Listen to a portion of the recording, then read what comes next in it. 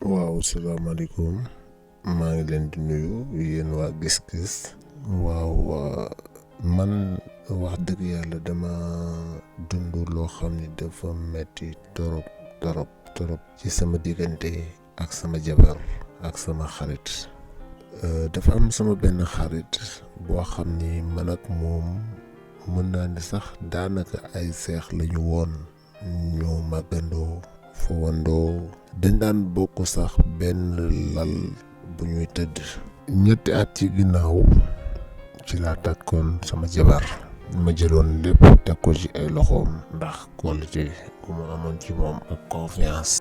ki ma doon bëgganteel nag mi ngi nekkoon Kolda. fekk boobu dama demoon Kolda doon fa am benn mission bu ma fa doon def am benn liggéey boo xam ni fa lañ ma yóbboon Kolda. ma dem fa gisante ak xale bu jigéen bi bëggante ak moom waxtaan ak moom ba mu nangul ma sëy.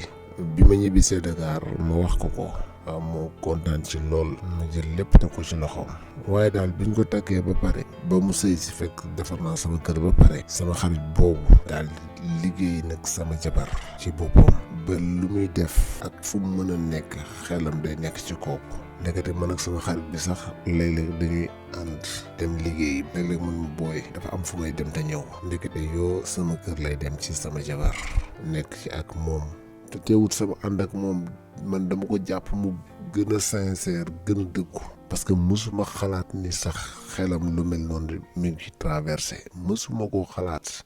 mu am benn bis ma dem ci ab sëriñ doon ñaan lu ci moom ci affaire sama jabar ndax dafa dem ba mu mel ni ko xam ni daal xelam nekkatut ndax moom li muy def bu koy def du ko tey waaye bu paasee nag ci lay fàttaliku li am lépp te du ma ko mën a wax moom daal dafa mel ni dañoo tëj gémmiñam daal.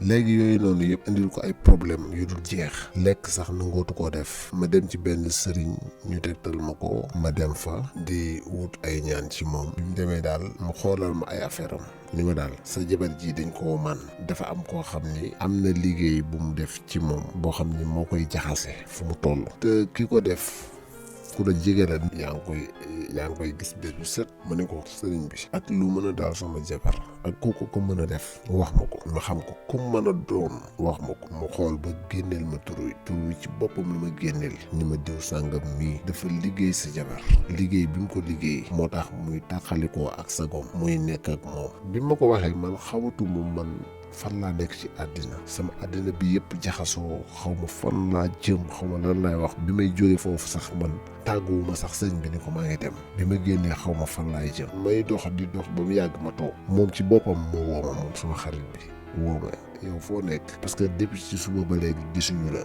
te am na liggéey yu bari yoo xam ne mi ngi fi. ma coupé ko mu woote waat ma coupé ko. mu bàyyi sama kër sax fi mu ne nii dematuma fa dama génn maa ngi ci benn dëkk boo xam ne fi mu ne nii mënuma xam sax lan moo ma fi indi.